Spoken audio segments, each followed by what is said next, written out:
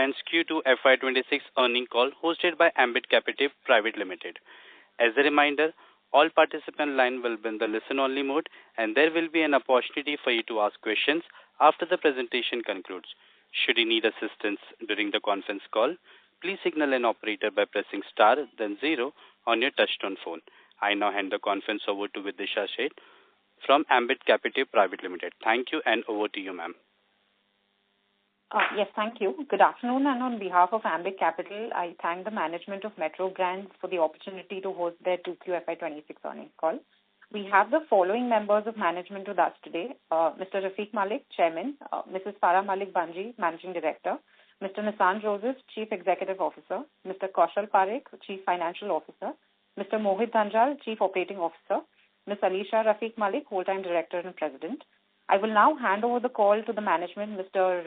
Nissan Joseph, to walk us through the quarter. Thank you all, and over to you, Nissan. Thanks, Vidisha. Good afternoon, and thank you for joining our quarterly earnings call. As you all are probably aware, we posted a 12% growth in our standalone business and 11% growth in our consolidated numbers. We had some challenges and some tailwinds in the quarter. We had prolonged monsoons through the quarter and customers waiting on doing their major shopping for the GST benefits to take effect. On the other side, we do have a slightly earlier festive season that helped our sales.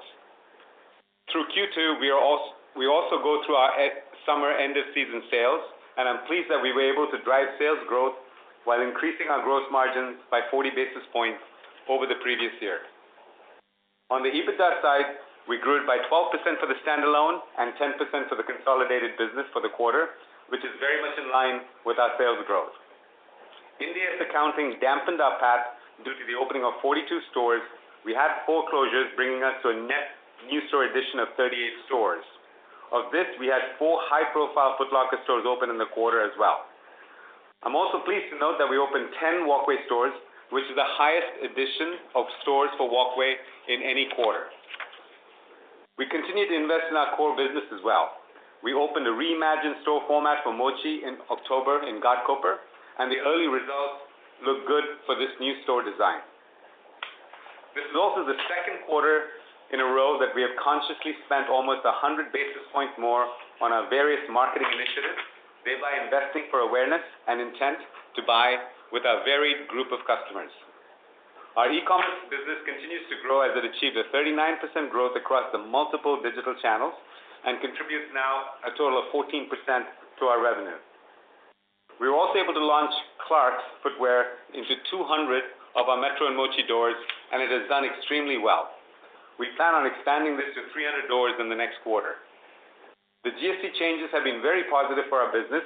We've seen as much as 11% reduction in footwear priced between 1,000 rupees and 2,500 rupees, and a 6% reduction for footwear under 1,000 rupees. As you know, this positively impacts almost 90% of the footwear and Walkway, and approximately 40% of the Metro Mochi footwear business. In closing, I would like to reiterate that our business continues to grow through the various challenges we face, and the teams remain focused on operational rigor and financial discipline to ensure that we achieve our guidance. With that, I'd like to turn it back to Vidisha for the question and answer session. Sure. Danish, we can open the floor for Q&A. Sure, ma'am. Ladies and gentlemen, we'll now begin with the question and answer session. Anyone who wishes to ask a question may press star and 1 on their touchtone telephone. If you wish to remove yourself from the question queue, you may press star and 2. Participants are requested to use headset while asking a question. Ladies and gentlemen, we'll wait for a moment while the question queue assembles.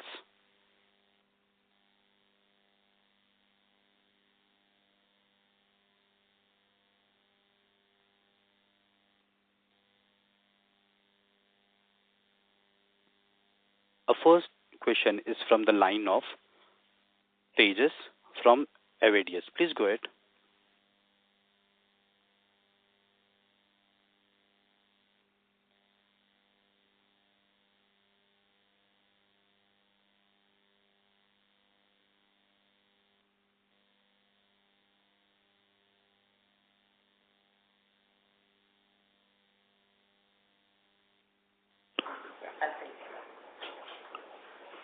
Tejas, are you there?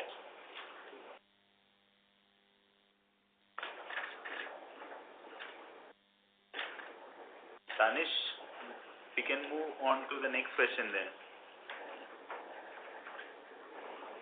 Sure, sir.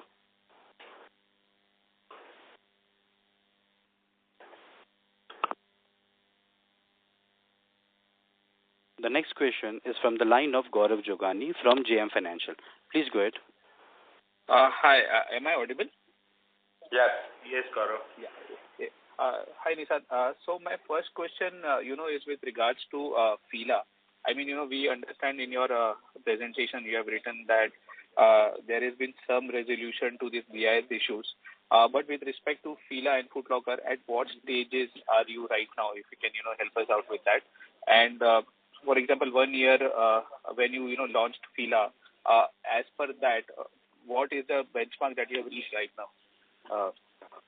Yeah, so the BIS issues aren't fully resolved, though we've made considerable headway in resolving them. I think by early part of next year, we should be ahead of the curve on that. So we are gaining traction and mitigating that BIS issue. Our Foot Locker business shares the same issue, which is why you've seen us only open 4 stores this quarter. I think had we not had BIS, we'd definitely have wanted to open many, many more stores for Foot Locker. So I think we're in a good place where we started the reposition of Fila. Fila is being carried in over 100 of our Metro Mochi doors as we continue to reposition the brand. As I said, it would be a 12 to 18 month repositioning of the brand, Gaurav, and that's when, after which you'll start seeing the acceleration of it. We are looking at opening our first Fila store since the closure of all the Fila stores later on at the end of this calendar year. Nishan, just related to this, as per your own internal expectations, where would you, benchmark Fila right now? So, for example, if you would have, maybe hypothetically expected it to reach, say, 300, 400 crore sales, in that context, where are you in that journey? And are you confident, at least not this year, but next year onwards, it will be again back to the growth path that you wanted it to be? Yeah. So I think, when I look at the BIS implications that we've had, I'm quite pleased to see where we are. Having said that, we couldn't have possibly gotten close to our aspiration that we had pre the issues of BIS. So the other part of your question, as I look to the future, we remain very confident that Fila can reposition. We did, as I said, launch it in about 100 of our doors, and we've seen the right amount of success from some of the assortments that we've put in. So it looks like it's on track. It doesn't cause us any concern, but at the same time, repositioning a brand is not easy work. It's not for the faint of heart, but we're working on it, and I'm pretty confident that our investment in Fila will be a terrific one for the company. Okay, sure. Thanks. And my next question is with regards to Clarks again. I mean, I do understand that, you have very recently acquired Clarks, and it's now been also introduced in 200 odd Metro and Mochi stores. So what is your entire plan here, by when you expect the full additions here? And second part of the question with regards to Clarks is that I understand, you have the full gambit, the online piece as well here, and also the distribution piece. So what are your plans going ahead? When can you see the full launch here? And in addition, given that, Clarks you are already selling in your Metro Mochi stores earlier as well. So do you expect any kind of cannibalization impact here in terms of sales for your existing Metro Mochi assortment that you have? In its heyday here, Clarks, I believe, had upwards of 50 doors, if I'm not mistaken, and we were carrying it in a considerable amount of our Metro Mochi doors. So it's not a question of cannibalization. It will be more of a question of reintroduction into the Metro and Mochi chain. And we would probably start our new store growth on Clarks probably at the back half of next year. A lot of that has to do with we want to first take care of, the proverbial low-hanging fruit, which is the ability for our Metro Mochi stores to sell it. And then we would rationally start opening stores for it somewhere in the August time frame. We're very excited to see that the customer has not lost their appreciation for Clarks and has come back to the stores quite well and strong for it. One of the reasons we wanted Clarks was we didn't find a good substitute for them while they were absent from our stores. So bringing them back in will be accretive to us as we go forward. Sure. Thanks, Nida. I have more questions. I'll come back in the queue. Thank you. Thank you. Next question is from Vidisha. Please go ahead. Thank you. So my first question was in continuation to what Gaurav asked. So in case of Clarks, if you can talk about the online ramp-up of the portfolio, since pre-acquisition online used to be a sizable chunk. So in terms of both the assortment and the platforms wherein Clarks can retail, if you can just give us an update on that, please. Yeah, so I think, pre us, it was sizable simply because I think there was more of a discount-led show. It's going to be a big part of our business. E-commerce with Clarks is going to be considerable, but we want to play it differently. As you know, Vidisha, we don't like a discount game. That's not how we want to position the brands that we sell. So we are taking it. The Clarks.insight is live, and we are linked up to marketplaces and omni-channel in our stores. So we've already started that journey and process. It's just a matter of how fast we can scale both the brick-and-mortar standalone stores, get it scaled into more Metro Mochi doors, and at the same time, we'll start investing in, the performance marketing required to drive it digitally. And I just wanted to add to what Nissan said, over next 2-3 quarters, we expect complete supply chain of Clarks also to get sort of stabilized. Currently, we have just started with Cloud Stepper range for women, which is broadly around 35 to 40% of what Clarks has to offer.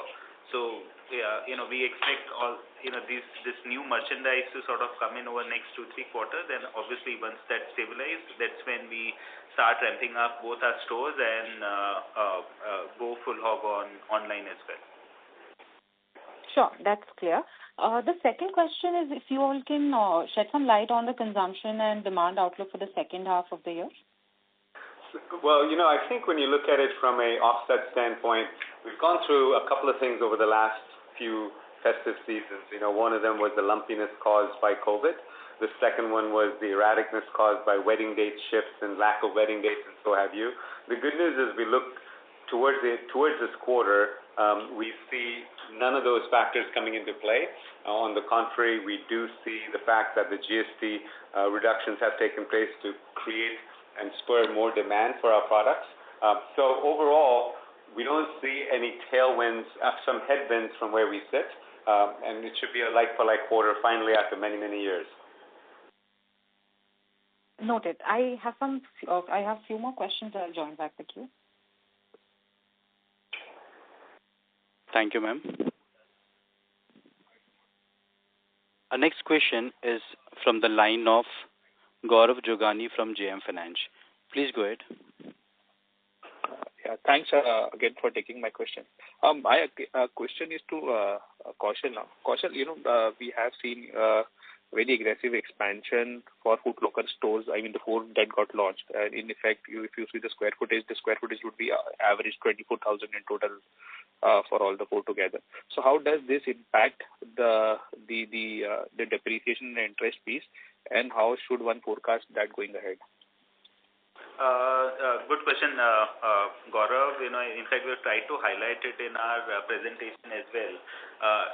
If you see PAT for Q2 has got impacted on account of, predominantly on account of, obviously 42 new stores that came in and 4 big Foot Locker stores that came during the period. Overall impact was almost close to about 1% in Q2. When we open the store, impact in that quarter is high because of the way Ind AS 116 accounting works, especially with respect to rent-free period accounting. From next quarter onwards, it would sort of normalize. Having said that, as you would be aware, under Ind AS 116, if I'm just giving a hypothetical example here, suppose if your lease is of 10 years, your notional cost, which comes as depreciation and finance expense under Ind AS, that is much higher as compared to what actual rental that you pay. And then in the next 5 years, from year number 6 to 10, your overall charge in P&L would be lower. So till the time we continue to open store, you would see a higher impact of Ind AS 106 accounting in our books. If we see last year, FY25, on an annualized basis, there was a charge of around 37 crores non-cash expense in our books, because of which our our profits were lower because of that Ind AS 116 charge, aggregating to around 37 crores. Yeah, and I think the number that we would probably say makes the most sense to your question in the light of all these openings of stores and the Ind AS effect would be to look at the EBITDA performance, Gaurav, because I think that kind of neutralizes that effect and flattens it out a little bit more than the Ind AS does. So when you look at our EBITDA last quarter, it was very much in line with our growth. And also, I'm pleased to point out that, our sales per square foot for the quarter maintained its same number from the last year. So it's not like these things are diminishing our sales per square foot.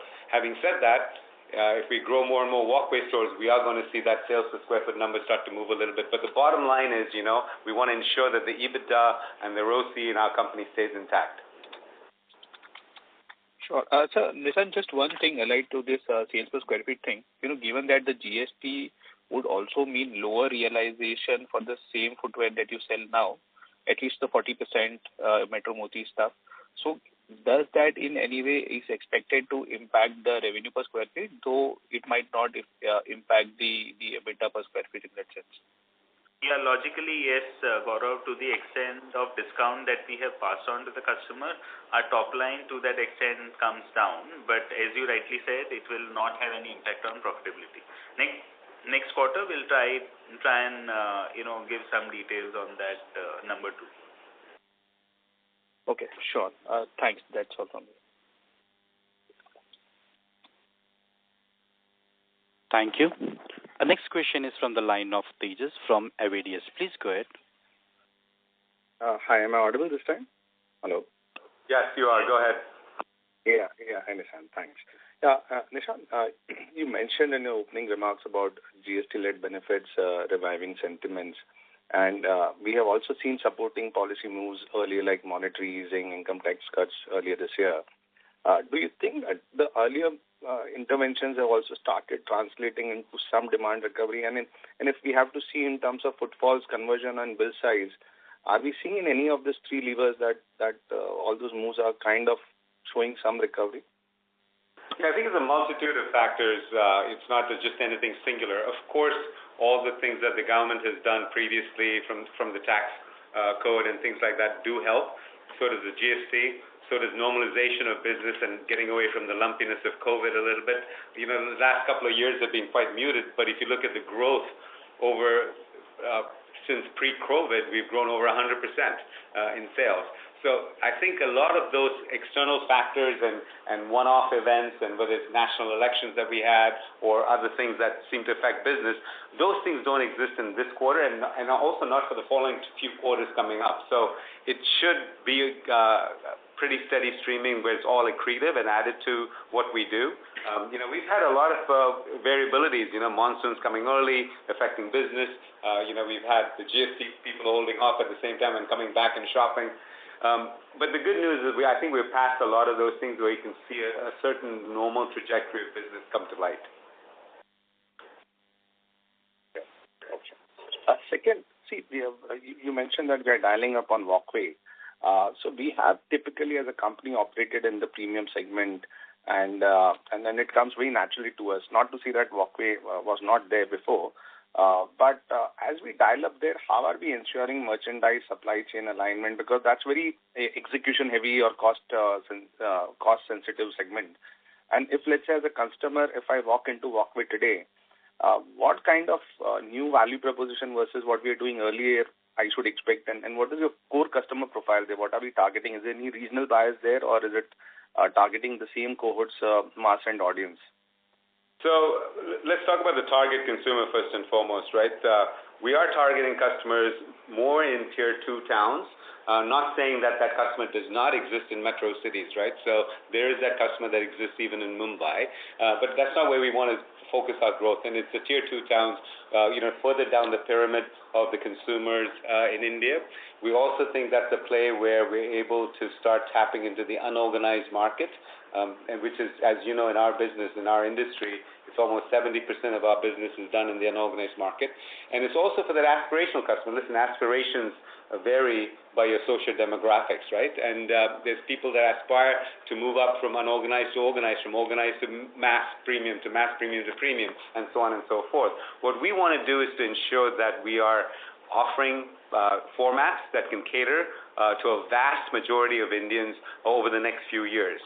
To speak about the growth in Walkway coming through, you would have noticed in the last 2 years, we've very much dampened the growth of Walkway. In fact, we cut it down to almost zero growth.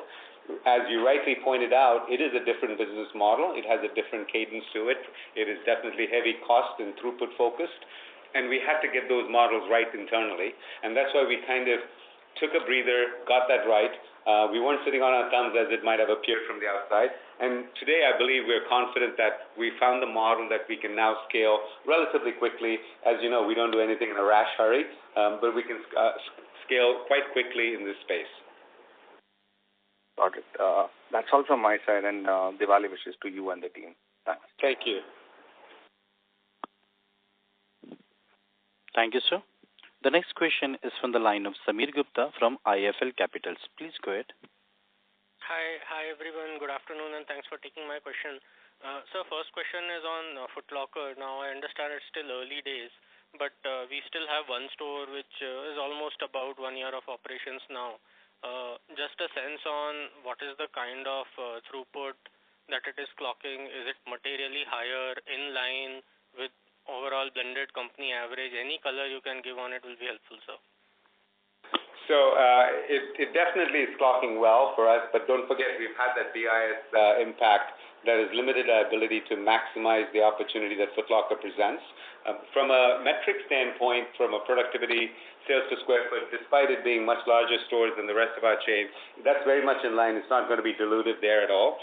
As you know, what we sell in Foot Locker is primarily external brands, so you're not going to see the same margin flow-throughs that you do in our normal business. But, we do need to chase growth as a company, and we remain focused on two things.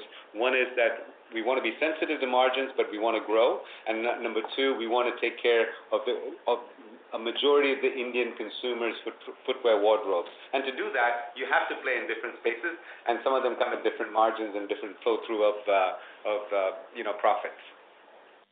I didn't catch that number. So you're saying the store sizes are larger, or throughput is also larger, but the margin is lower? Didn't catch that. Sorry. So Samir, obviously, as you know, Foot Locker store in terms of size would be say 3x of what our Metro Mochi stores are. Even ASPs would be in the same range. And as Isan mentioned, we are seeing throughputs which are broadly in line with what our expectation was from that format, despite of supply chain disruptions and despite of us knowing that the merchandise is still not up to the mark, which we expect to further improve over next 2 quarters. Second point was on the profitability. Since here we deal with all the third-party brands, our incoming gross margins in Foot Locker would be lower than what gross margins you see us reporting at a company level. Obviously, since the stores would be bigger, we will see benefit of efficiencies of scale on all the expense that comes below gross margins. And obviously, we feel that our overall investment in this format would be slightly efficient as compared to, say, our other traditional formats. So all in all, our thought process is profit in terms of percentage from, say, format like Foot Locker would be lower when compared to Metro Mochi. However, our endeavor would be to make sure that we can generate ROCs upward of 20-25% from this format over a medium to long-term time frame. Got it. Just a clarification here. So throughput in line with expectations, I understand, but I would assume that those expectations would be at least company average throughput, or I'm wrong here? No, you are absolutely right here. Fine, great. Thanks, that answers. Now, second question is on the EBITDA growth. Now, I understand Ind AS 116 has kind of distorted, but I try and kind of find out the pre-Ind AS EBITDA by using it from the cash flow statement. I find that first half, the pre-Ind AS EBITDA approximate growth is just 3%. I just want to get a sense on why this is the case, because this would imply sharp escalation in rentals. And even if I look at the pre-Ind AS EBITDA margin, it's at 17.8% for the first half. That's a 120 basis points contraction. I mean, does this imply pressure on SSS growth? Is it in general rentals have escalated? Is it just Foot Locker where the rental per square feet is substantially higher? Any color on this can you give? Broadly, obviously, if we see strong overall top line growth, rentals escalation doesn't hurt. If they are slightly muted, obviously it will get reflected in the numbers. Having said that, predominantly, if you see our EBITDA are broadly in line with the top line growth as we have reported both in Q2 and H1. There are two big levers that I think Nissan also mentioned earlier. We have invested in marketing that is higher by at least 1% versus last year, and there is impact of Ind AS accounting, which if you see at H1 level, it is close to about 0.6% on PAT, and that's how you can see the numbers. Kaushal, let me just explain what I am asking. So what I do is typically take the EBITDA, which is reported in the first half. I look at the cash flow statement where you report repayment of lease liabilities and interest costs pertaining to lease liabilities. I presume that is largely the rent which is not part of my P&L above EBITDA. So that is my clean EBITDA after incorporating the rentals.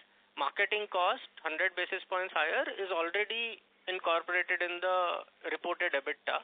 So whatever is below is the fixed rentals. And there I'm seeing a sharp increase.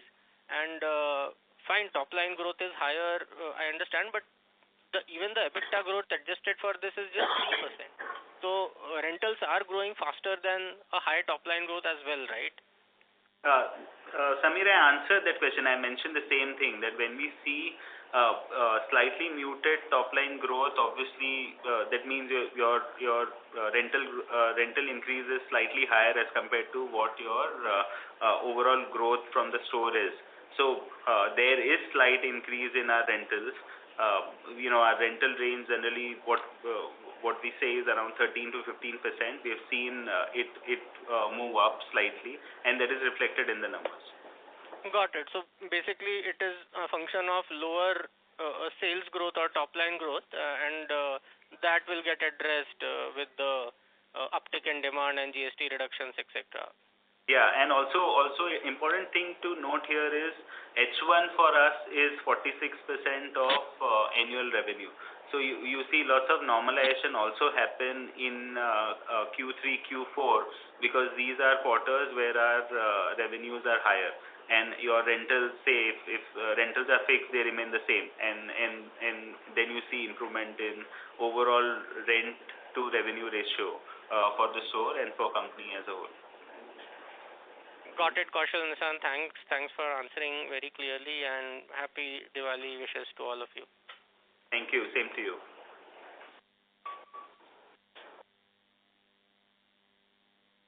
Thank you. Our next question is from the line of Devanshu Bansal from Emkay Global. Please go ahead. Hi, thanks for the opportunity and congratulations on a good pickup in store additions.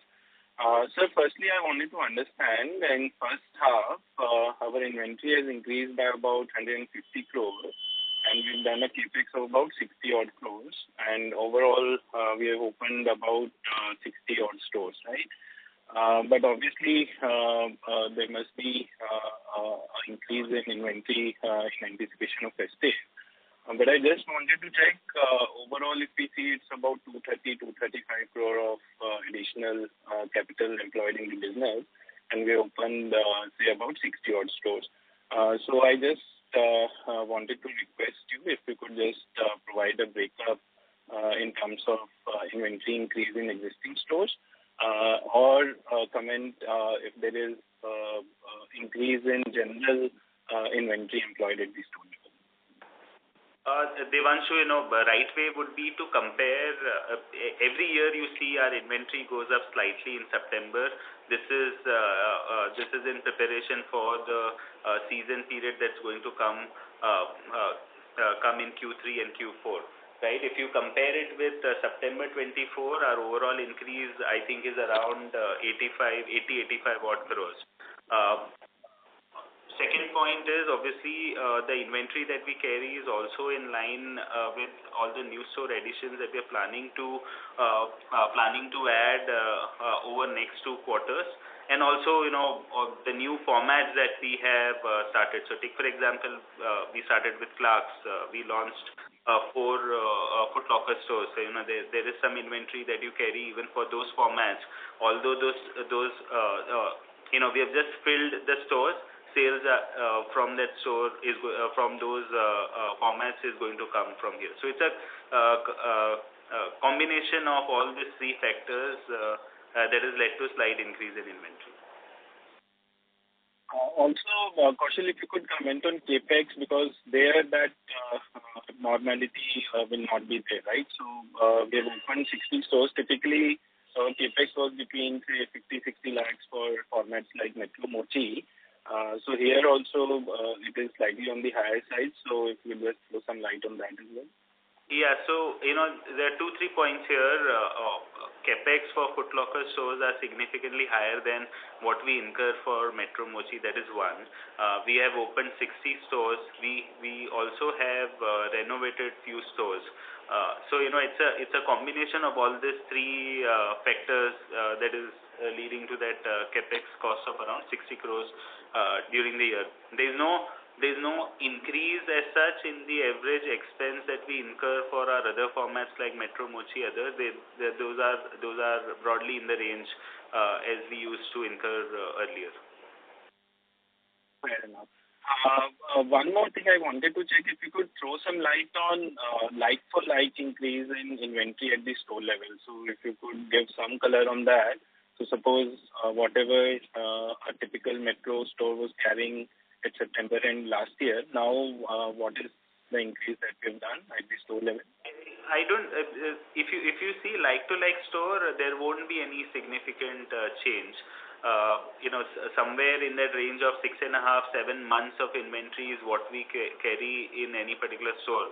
So the inventory would have remained in that range. Fair enough. And lastly, a bookkeeping question. Can you comment on pre-Ind AS depreciation and interest expense, the run rate, quarterly run rate that is there currently? That will help us do the projections in a better manner. I don't have that number handy with me, but pre-Ind AS, post-Ind AS, difference in EBITDA would be somewhere in the range of 8.5-9%. Sure, Kaushal will catch a few off the line. So, yeah, thanks for taking my questions. Thank you. Thank you. Our next question is from the line of Ankit Kedia from Phillip Capital. Please go ahead. So my first question is regarding the A&P spend. With the new crossover collection, we have spent nearly 1% extra in A&P. Now, this is the first time, at least since listing, we have done such aggressive ad spends. So just wanted to know under which brand are we doing this? What is the potential you're looking at for this collection, and how do you plan to roll it out across stores? So I think we are committed to driving awareness and the relevance of our brand in the core targets of the consumers we serve. All of the chains will be investing in marketing to drive that business. What you saw was just one of the first ones we've done. Subsequently, we'll be doing more in both Metro and Mochi, and then Walkway has a different cadence of marketing. But in all of those formats, we continue to invest in marketing, but the biggest investment lift or increase that you're going to see is going to be focused on our Metro Mochi business. So can we expect the A&P spends to remain elevated at these levels, or this was a one-off case? We do plan on investing in marketing. Some of that marketing ends up with immediate sales in that same quarter. Some of that marketing flows through another quarter, so you might see the benefit the following quarter where the relative marketing spend may not be as much. But this last quarter and this quarter is the ones that we would spend the most money on our marketing, because this is where we do most of our business. Sure. My second question is regarding the GST cut. Now, if I see at the consumer level, you are giving a discount of the GST back to the consumer, and that is SKU-led. Going forward with the new inventory coming in the system, are we expected to take some price increases, or how will the billing to the consumer happen with the new SKUs? So will the MRP get reduced when you're doing it, or partly we will tend to increase the MRP and try to give some discount to the consumers? Listen, we want to be priced where the customer always sees value in our products. Whether it's a premium product or whether it's a walkway product, we want the customer to see value. And like with everything, when we look at a product, we start off with, what are the attributes and at what price point would the customer see value, and at what price point will we make our margins. So we work from that angle. If you're talking about new products, we're not going to continue the discounting on new products because we're going to have the new GST factored into that price tag. So that's not going to continue past the product we have in the system today. Whatever we have in the system will continue to be discounted till it sells through. But new product, we always take a look at it with fresh eyes and see how do we bring value to the customer at whatever that price point may be. But if it's a similar inventory, we might not take a price increase. If it's the same product, no, we won't take a price increase. Sure. Except your normal, inflation cost that you always have every year on every little thing you do in the manufacturing and procurement of shoes. Sure. Regarding Fila, you alluded that by the end of this calendar year, we'll see a first store launch. How has been the Fila response now in the Metro Mochi stores? And I also see that you have just onboarded on also in your stores, which is slightly premium and footwear. So how does that go with, Skechers at one end, Fila expected to enter, and also having on in the Metro Mochi stores? Well, primarily we were able to get some on products just for the Foot Locker stores, right? And then there's some very, very key stores and styles that we thought we'd test across to see how it did in other banners. And that's what you're seeing. But it's not a question of, that we want to sell at that kind of price point. We're constantly testing to see is there consumer demand for the various price points. Mind you, that's not a high price point for us necessarily. We've sold men's dress shoes, albeit closed shoes, in the 25 to 40,000 rupee range too. So it's not a new price point in our stores. We're just always constantly testing. And how is the Fila, new range uptick in the Metro Mochi stores? If you can give some color on that. Yeah, so, as with any repositioning of a brand, it's following the normal course where of the 10 shoes you test, 3 of them didn't do what you expected them to do, 4 of them perform up to scale, and 3 of them pleasantly surprise you. And we're seeing that same ratio in our tests that we're conducting across over 100 Metro Mochi doors. Sure, that's helpful. Thank you so much, and happy Diwali to you and the team. Thank you, Ankit. Thank you, sir. Our next question is from the line of Avinash Karumchi from MOSL. Please go ahead. Good afternoon, sir. Thank you. The online channel, is there any change in the strategy? Earlier, the channel mix used to be topping at 10 to 11%. And all of a sudden, in the last 2 quarters, we are seeing this channel going up to 13-14%. I'm sorry, I didn't get your full question. You're talking about the e-com sales ticking up? Is that what you're saying? Yes. What was your question, though, Avinash? So, is there any change in the online strategy that we are following? Earlier, it used to be peaking at 10 to 11% in the last 5 years or so. Yeah. And all of a sudden, we are seeing like 400 bips of contribution increasing from this online channel. Yeah, so we've made significant investments into our D2C site. We've made significant investments into the technology that utilizes omni-channel capabilities with the different marketplaces. I think we're also investing more in digital marketing. So our ROAS, our customer acquisition costs, our spends are increasing, but the productivity, thanks to the technology and the talent we've added on, is more productive. Overall, if you look at it, I think the e-com business should be somewhere between 15 and 20%. So it's not like we're over-indexing in that space.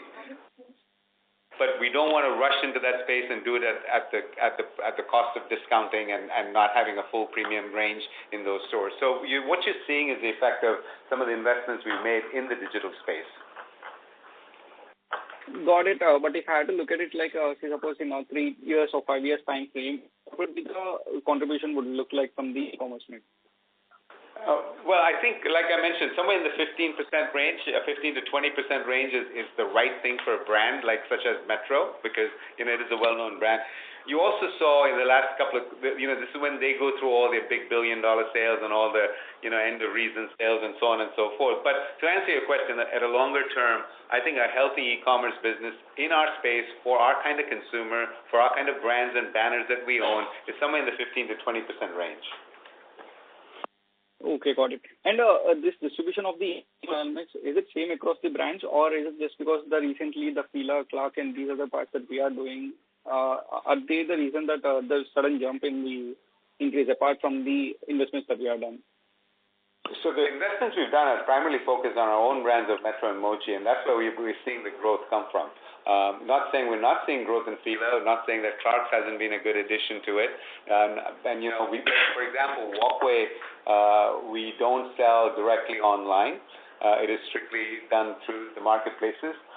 You're also seeing that we're investing a lot more in the handbag selection that goes online, which, there's a high uptake for handbags, not just shoes. Handbags disproportionately sell online for us compared to their ratio in stores. Okay, got it. That's it. Thank you. Thank you. Our next question is from the line of Tejas from Avidis. Please go ahead. Just one follow-up, Kaushal. If I heard you right, you mentioned that Walkway's revenue per square feet won't be dilutive at the company level. Given that our current productivity is among the best in the industry, matching that through in a Walkway or value format would mean that we'll also match some of the best value retailers as well on productivity. So first of all, did I hear it correct? And any comments to make? Are we already seeing some good throughput in the new formats or the new stores that you have opened there? Tejas, I think you got it slightly wrong. What we mentioned is if we expand Walkway aggressively, obviously you will see adverse effect on the overall sales per square foot, because throughput in Walkway stores is lower as compared to what you see in Metro Mochi. Barring Walkway, I think all the other additions that we have done, Foot Locker, etc., this should all improve or should assist in improving sales per square foot as you see today. Perfect, very clear. And usually such formats are margin dilutive also in terms of where we stand today at overall company level. So over there also, if you can clarify. Sorry, you asked about our new format, Tejas? No, Walkway margins. Yeah, Walkway. We clearly mentioned, right, that our incoming gross margins in Walkway would be lower than that of Metro Mochi, the overall gross margins that we sort of report. And obviously that will flow through EBITDA and PAT. So profit as a percentage in Walkway would always be lower than Metro Mochi. However, our endeavor is that, say, in medium to long term time frame, say in 3 to 5 years, if we can consistently deliver ROCs somewhere in the range of 20 to 30% from Walkway format, I think that would be a good utilization of our treasury funds, which is fetching 7% odd returns. Perfect. Thanks for that clarification. All the best. Thank you. Thank you. The next question is from the line of Rahul Agarwal from Ikigai Asset. Please go ahead. Hi. A very good evening to both of you. Just 3 questions quickly on the new store additions. Incrementally, assuming that the band, largely what we understand is about 80 to 110 stores a year, that's the band we are working with, because 20 stores a quarter and then maybe some quarters see very high growth. Between Metro, Mochi, and Crocs and the newer brands, will the newer additions will be materially different than what we see over the last 3 years? That's the first question. No, Rahul, I think as you saw this quarter, we expect a robust store addition across all the formats that we have. So you will see all the formats, be it Metro, Mochi, Crocs, Walkway, all of them growing. Obviously, Walkway, we opened 11 new stores last quarter and closed one. So 10 new stores for Walkway. This was highest for us in Walkway till now. Okay. Secondly, a similar question tied up to the first question. Like last 5 years, tier 2 towns, the share of stores for Metro brand as a whole is increased. Given newer brands, Fila, Clarks, Foot Locker, New Era, most of them will find customers more so in Metro than tier 1. Will that mix change going into next 3 years? No, I think you answered the question yourself, because for newer brands our expansion would be obviously first we will try to cover metro cities and then tier 1 and then tier 2. So because we have 8 banners in our portfolio now, you will see us all the new formats would come in metro cities tier 1. Even for our slightly mature formats like say Metro, Mochi, Crocs. We see lots of potential still in metro cities and tier 1 for expansion. So I don't see that ratio change significantly over next 3 to 5 years. Right. So which basically means that tier 2 share of stores would go down, right? No. So what you're going to see is tier 1 and metro and tier 1 grow disproportionately with our new formats, and you're going to see tier 2 and tier 3 grow disproportionately with Walkway specifically, but also you would see more growth coming out of Metro and Mochi in tier 2. So overall, the mix should not change considerably for the next few quarters. Okay, great. And lastly, last 3 years, overall, if I look at EBITDA and net profits for Metro brand, it's been mid-single digit CAGR, and obviously a lot of things have gone up and down across the industry as well as for the company specifically. Can we say next 3 years growth should now significantly pick up, given what I can see is your store additions right now looks pretty much sorted. Walkway looks pretty much sorted for growth. Fila looks like 12 to 18 months of repositioning, and then that is also on growth path. And then of course a lot of all these macro things which are helping out in terms of GST cards, tax cards, consumption pickup, stuff like that. Would you say that this is an inflection point for the company right now? Well, so I just want to put that in perspective a little bit. If you compare our sales back to H1 of FY20, and I'm comparing first half to first half, FY20, and I'm comparing to FY26, we're up 116% over that number. So while I know the last few years have been a little bit muted, as you pointed out, let's not forget a lot of that had to do with the lumpiness of the COVID effect and things that happened after that, right? On a CAGR is 14%. And we all know that consumption was a little bit impacted last year. Today, I think a lot of those erratic events, a lot of those one-off events that caused some lumpiness in our sales, we don't foresee any as we look to the next few quarters. And like you rightly pointed out, there are some macro factors helping us through there. Overall, I think we're safe. We continue to feel confident in our guidance that we will grow at a 15% plus rate and also produce a profit after tax of the 15% and an EBITDA in the 30% range. Perfect. Thank you so much for answering my questions, and wish you both a very happy Diwali. Thank you. Thank you. Thank you. Ladies and gentlemen, please restrict your question to 2 questions per participant. Thank you. And the next question is from the line of Rajiv Bharti from Nuvama. Please go ahead. Thanks for the opportunity. So just wanted to check on Crocs expansion. So usually, and you've been saying that monsoon is Diwali for Crocs, and we had some extended weather-related things in Q2 also.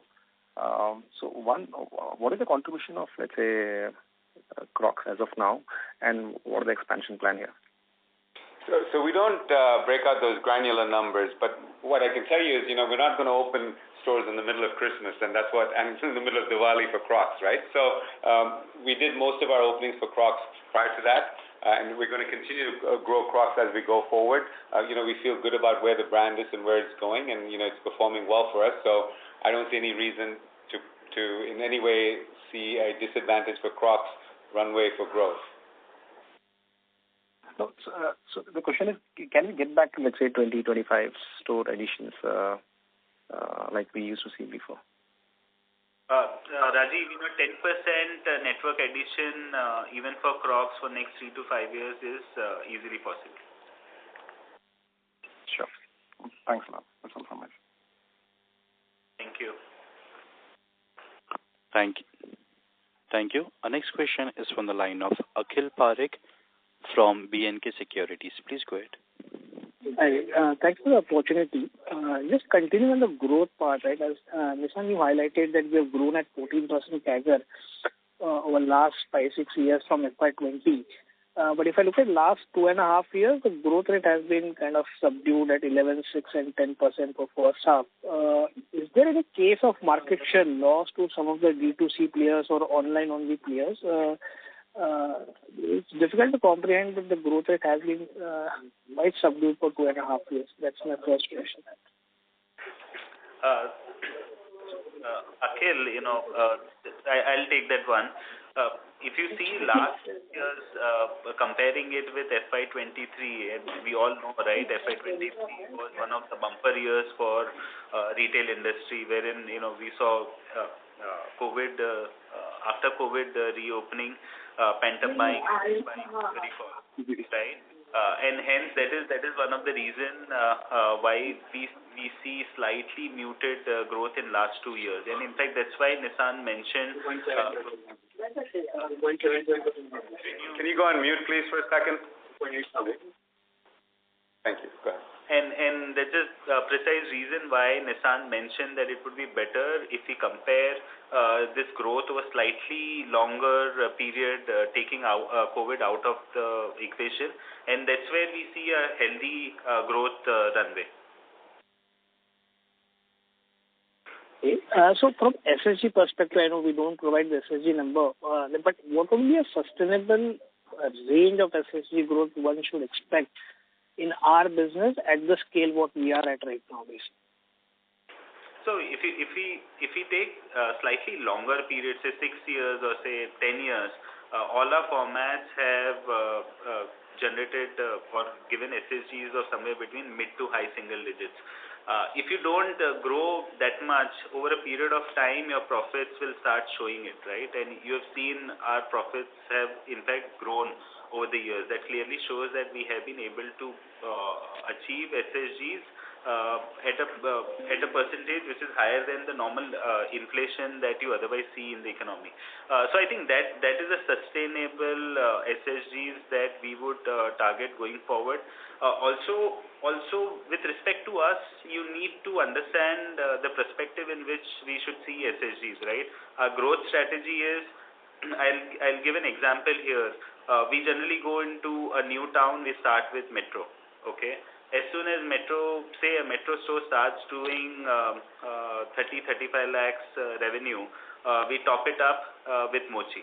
Now, when we do that, what happens is in that particular year, metro store will see a degrowth, but as a company, our overall revenue from that particular catchment will almost get double.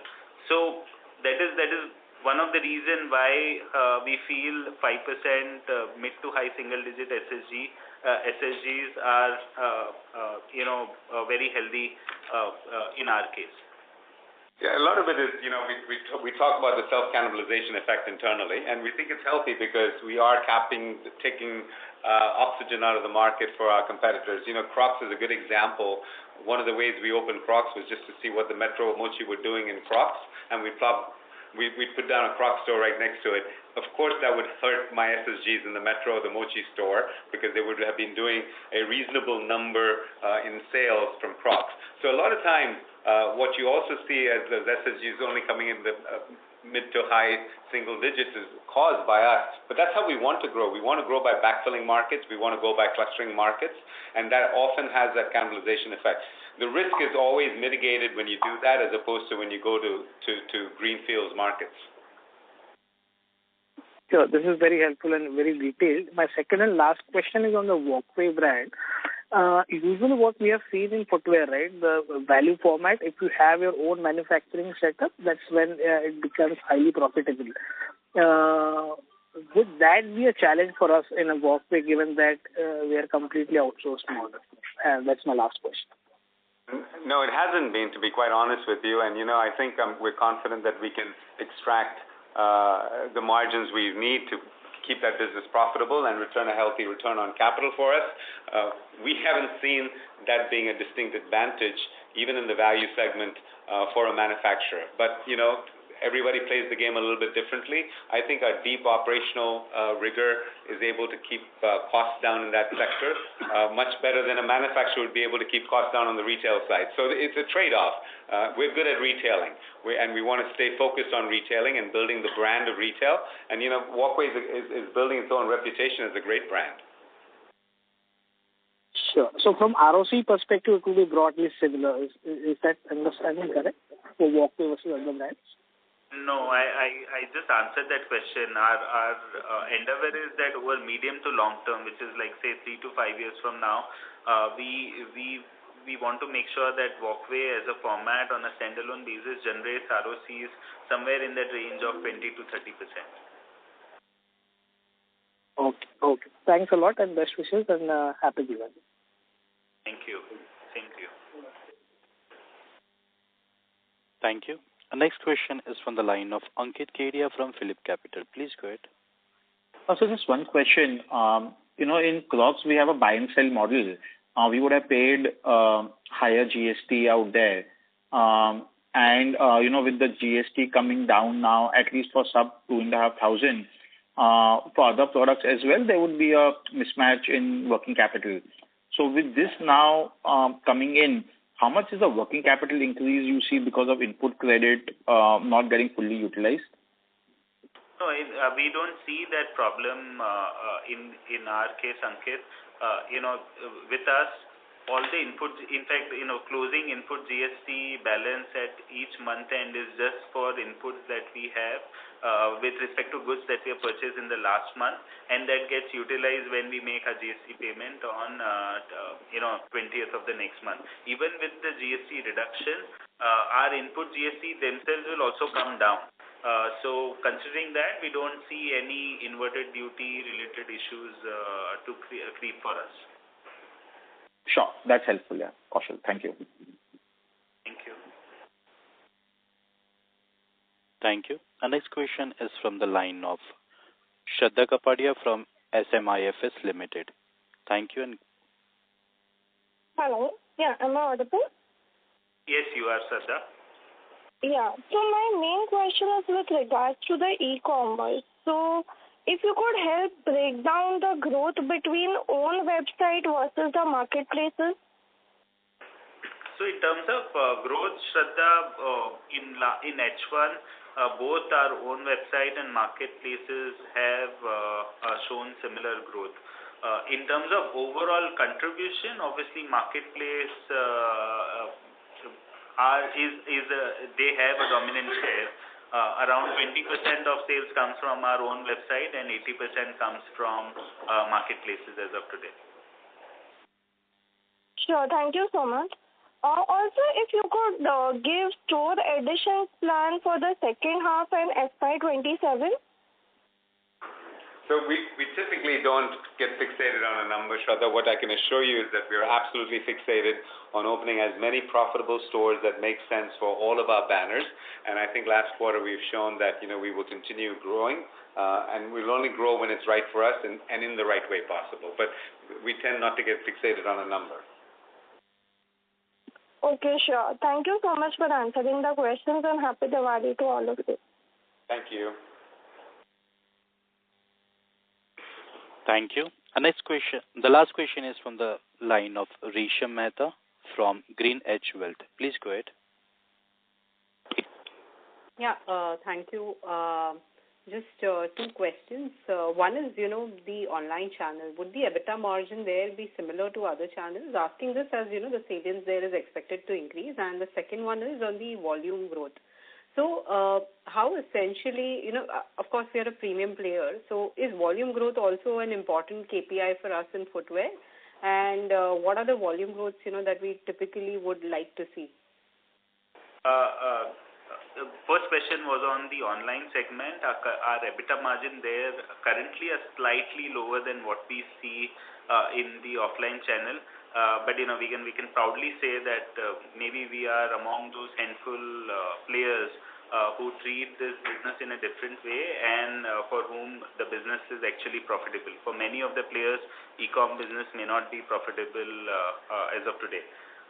In the second question on volume, obviously, when we talk about SSG growth, we would want to increase both volume and gain through value increase. So if you see historically, broadly it has been in that range of around 50-odd%. So ASP growth has been around 2 to 3%, and balance has come from volume, and that is what we would target for us going forward too.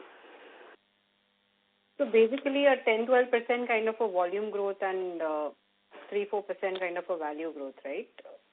Yeah, very true. If we target say 15% overall growth. Got it. All right. Thank you, and Diwali wishes to the team. Thank you. Thank you.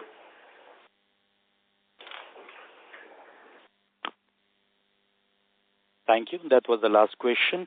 I now hand the conference over to the management for the closing comments. On behalf of everybody here at Metro Brands, we'd just like to wish you all a happy Diwali.